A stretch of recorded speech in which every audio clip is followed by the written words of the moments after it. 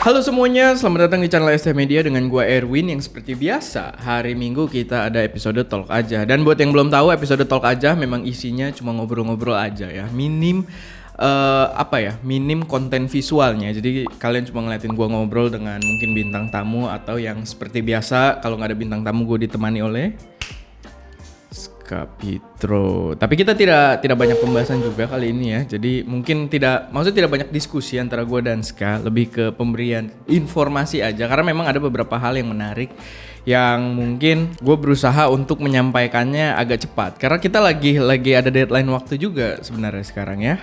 Jadi ya agak-agak kurang tenang untuk membawakannya, tapi nggak apa-apa, kita akan ngobrolin beberapa hal yang berkaitan dengan teknologi dan juga produksi konten kreatif yang gua harap obrolan ini tetap akan cukup bermanfaat. Lo nonton Jared Polin yang baru nggak sih? Gak sempet, gue langsung bobo. Belum ya?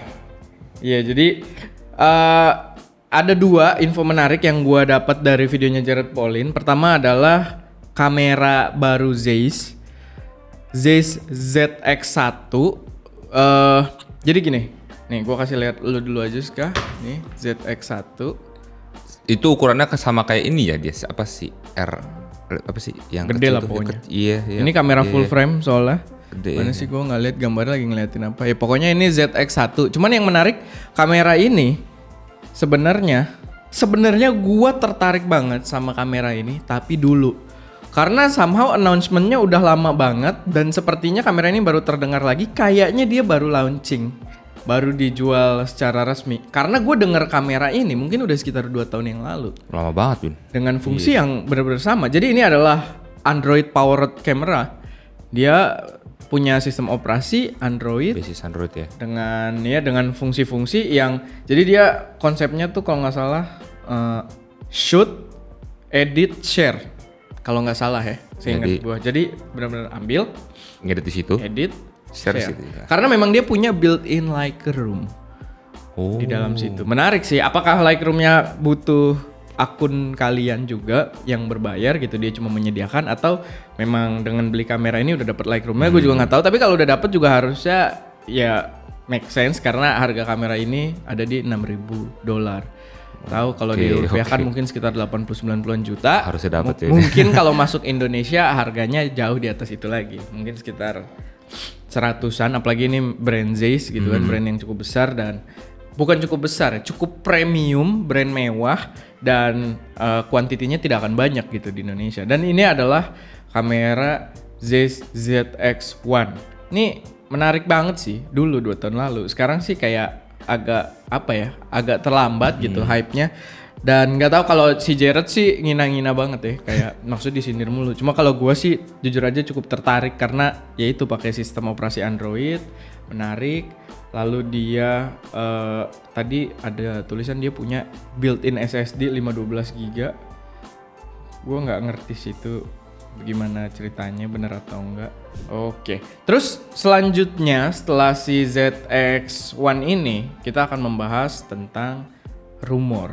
Nah untuk si ZX1 sih gue nggak berharap banyak ya buat dapat reviewnya di Indonesia karena Zeiss juga gue nggak pernah dilirik sama Zeiss walaupun gue udah beli lensa dia juga ya kan.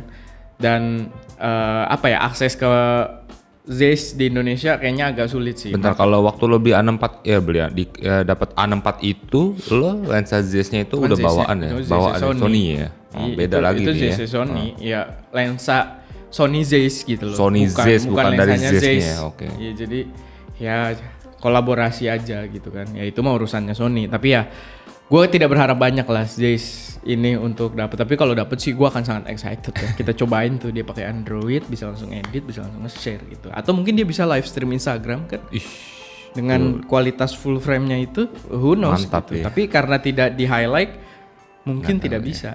Jadi ya kita tidak tahu juga. Oke, kita lanjut lagi. Selanjutnya ada rumor soal Nikon Z9. Ini baru ya, jajaran baru ya. Jadi bukan, kemarin kan Z6 sama Z7 Mark II itu kan lagi mau launching nih bentar lagi, tapi gua nggak terlalu tertarik. Nah Nikon ternyata ada rumor juga soal kamera mirrorless yang bakal flagship bangetnya, yaitu Z9. Mungkin posisinya kalau di DSLR akan menggantikan si D6 yang kalau Jared nyebutnya D5S gitu kan.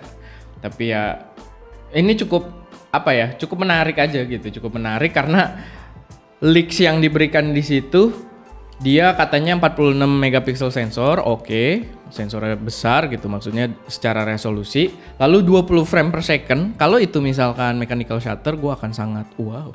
46 megapiksel, 20 frame per second mechanical shutter itu pasti mantep banget. Dan 8K video recording.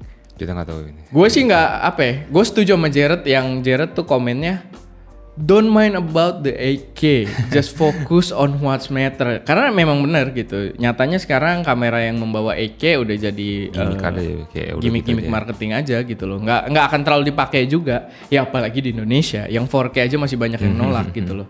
Ya mungkin kan pasar dia juga nggak ngeliat Indonesia doang memang. Tapi ya menurut gue daripada cari masalah gitu kan. Kalau si Jared sih bilang lebih utamain ke fotonya aja, foto quality. Betul. Cuma kalau gua ya karena gua bukan foto banget, ya menurut gua kalaupun dari segi videonya gedein aja di 4K-nya gitu. 4K-nya dibagusin, bisa 4K 60 misalkan atau bisa 4K 120 slow mo 4K gitu. Itu menurut gua lebih oke gitu daripada 8K. Tapi itu bukannya di Nikon masih ketinggalan soalnya Win ya. Makanya lo berharap kayak yang tadi soalnya kan udah kebanyakan di kamera lain yang udah bisa sampai mencapai itu tadi yang kualitas video misalkan. Ya iya Nikon memang sangat tertinggal ya di situ. Iya. Apalagi untuk karena memang concernnya juga bukan ke situ menurut gua.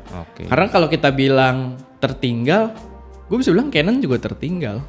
Ya udah yang ngerajain menurut gua di ranah video Sony aja. Sony gitu, bener-bener Sony. Fuji pun menurut gua agak tertinggal karena dia juga bermainnya cuma di APS-C doang kan. Ya APS-C oke banget, tapi tidak bermain di full frame dan full frame-nya menurut gua tuh dirajai Sony dan brand-brand yang memang fokusnya ke video gitu loh. Jadi ya kurang lebih itu agak gimmick, tapi maksud gua yang penting videonya proper untuk dipakai di hal-hal yang dibutuhkan kayak 4K-nya. 4K kan pasti dipakai. Terus mungkin overheating management, autofocusnya Nikon tuh katanya masih harus di upgrade juga ya, di-improve agar lebih baik lagi.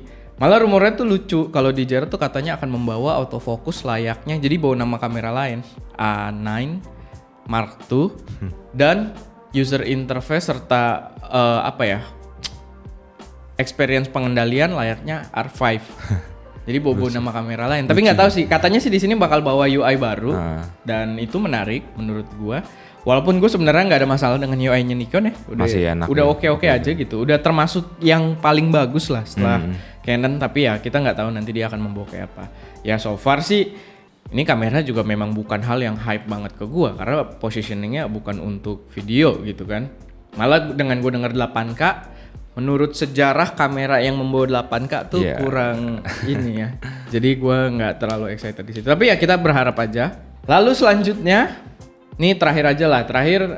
Gue pengen ini agak sedikit melenceng dari perkameraan karena bentar lagi nih ada Apple event tanggal 13 bulan Oktober gitu kan. Dan gue excited banget karena di sini kayak teasernya tuh menarik banget. Tulisannya high speed, high kecepatan gitu kan. Aneh sih sebenarnya ya secara sebuah kalimat, tapi menurut gua asik banget gitu. Kayak sebenarnya sih yang nyebar di sosial media adalah pembahasan yang lebih luas adalah iPhone 12 bakal begini kayak iPhone pakai A14 bla bla bla bla. Tapi jujur aja gue sebenarnya nggak terlalu tertarik di sana karena memang ya iPhone gue beli yang lama pun sebenarnya bagus gitu, tetap ya kan optimisasinya udah oke. Mungkin memang mantep di sini dengan membawa chip baru, tapi gue lebih tertarik. Gue berharap banget di event ini dia bakal memunculkan jajaran MacBook atau MacBook Pro yang sudah menggunakan ARM. Justru itu yang menurut gua paling menarik gitu loh. Walaupun mungkin harganya dahsyat lagi gitu kan, gua nggak bisa langsung cobain. Tapi menurut gua dari pandangan teknologi akan jadi gebrakan yang luar biasa gitu. Ketika produk pertama saat Apple ditching Intel, menurut gua itu akan menarik banget. Dan itu yang sebenarnya gua tungguin di Apple event ini. Dan mungkin kalian kasih pendapat kalian juga soal hal-hal yang kita obrolin ini kayak tadi Zeiss, lalu Nikon Z9, lalu si Apple event ini. Gue sih lebih tertarik si Apple event ini karena bentar lagi ya. Ini kan ya harusnya kalian nonton ini 3 hari kemudian si Apple event berlangsung dan gue sih kepo banget dengan MacBook yang menggunakan ARM. Gue nggak tahu akan launching di sini atau enggak. Gue juga nggak mau spekulasi terlalu konkret gitu kan. Tapi ya gue sangat tertarik aja dan menurut gue itu akan jadi gebrakan. Karena iPad aja bisa ngedit video 4K mantep gitu kan. Ya. Dimana kalau itu jadi sistemnya MacBook dengan OS desktop gitu kan. Karena memang masih ada batasan di iPad OS. iPad OS itu kan kurang lebih biasanya masih kayak iOS. Gue mau encoding, ada namanya kalau Apple tuh kompresor, itu nggak ada di sini. Itu hanya ada di desktop dan juga MacBooknya. Dan gue pengen tahu apakah itu berjalan di sistem ARM mereka. Dan kalau berjalan, apakah secepat itu? Wah pokoknya mantep banget lah. Ekosistem akan luar biasa gitu ya. Tapi ya udah itu aja, gue belum punya pandangan lebih luas lagi. Silahkan kalian taruh juga pendapat kalian soal topik-topik yang kita bahas tadi. Gue nggak mau ngobrol lebih panjang lagi karena kita harus melakukan sesuatu saat ini. Jadi memang kalau terkesan buru-buru, sorry banget. Kelihatan gitu kan. ya. Tapi memang minggu ini lagi dahsyat banget, terutama untuk Aldi ya. Yes. Untuk gue sih minggu ini nggak terlalu parah, tapi Aldi luar biasa ya. Kemarin dia syuting 3 kan. Syuting 3, hari ini Video. 1. Luar biasa tuh. Jadi jangan lupa untuk subscribe, share, dan pantau video-video kita. Taruh juga komentar kalian biar kita tuh seneng gitu, ada diskusi di kolom komentar ya. Dan ya itu aja buat talk aja kali ini, semoga bermanfaat, semoga cukup menemani hari Minggu kalian. Dan gak usah kata-kata bijak lah ya, nanti lama sekali. Jadi yaudah itu aja. Terima kasih dan stay productive. Stay productive.